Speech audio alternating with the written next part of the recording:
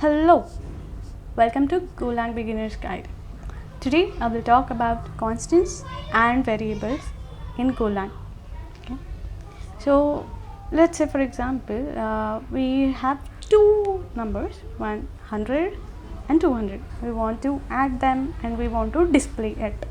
Right? If you remember our last session, I introduced one simple Hello World program. So most of this code would be similar, which we are already seeing. Just instead of just printing hello world, here as you can see, I have as I said, I have two numbers, 100, 200. So just adding them, right? So as expected, if I run this, we can see 300, right? So the 100 and 200, what do you see? We call them as a constants. Why constant? Because the value of it can't change, right? So 100 will be always 100, right? Obviously. So then what is variable, right? Let's say, for example, because here I said that it will be, the numbers are 100 and 200. Maybe I don't want this. Let's say I want to add some 10,000 and 2,000, right? So this program can't be useful for that, right? Because if we run, where how many times we run, we will always get 300, right? So let's say, for example, if you are if you want to develop a calculator program, you can't do this, right? You have to make it so dynamic that like a real world calculator, you also want to take two numbers from the user, add them up and display that result, right? So to do that, also in Go or in any language, we will have a variables. Why variables are useful? Let's say, for example, as you can see here, this is where we are displaying, right? This we call as a standard output or a console, right? Now from this, this is for displaying purpose. In a similar way, we also have a SDDN, like from where whenever we run a program, we can take inputs, okay, from that standard input.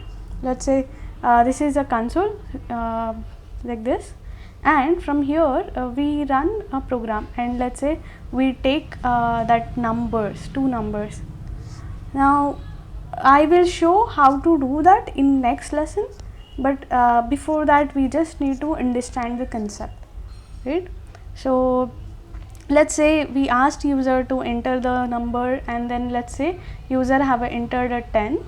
Now what will happen is wherever this program will run, right?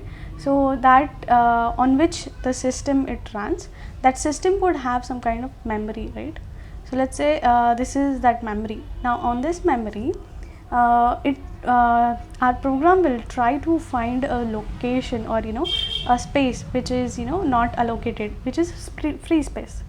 It will allocate that, and then it will store that 10 over here, okay, and then it will return a reference for that location, and we say that as a variable. Let's say I'm saying variable v.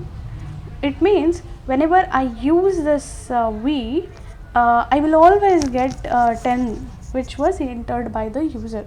Now why we see it as a variable? Because the value of it can change. You can make this value of 10 to 20, or you can allocate another location. You can store 30, and then you can repoint this to here, okay.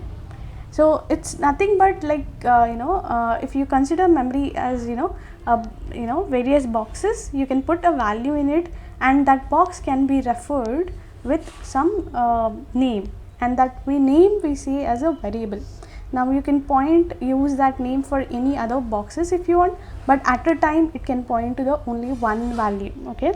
So if it is now, if you change it to the point to the value 30, it means it now don't hold the value of 20, okay, which was a older value, right? It means at a time it can point to only single value. That is one. And you can change the value of variable at any point. That's why it's called variable, right? So that's it. This is a simple difference between a constant. Just reiterating, constant is just values like 100, 200, the numbers which we can't change, and the variables are something like the value which we can change, and those are stored in our memory, and it points to the one of the location in the memory. Okay, so that's it. I will show you example of a simple calculator where we will just take a two numbers, we'll just add and display the value, and we will use variables over there. Okay, see you in next lesson. Thank you.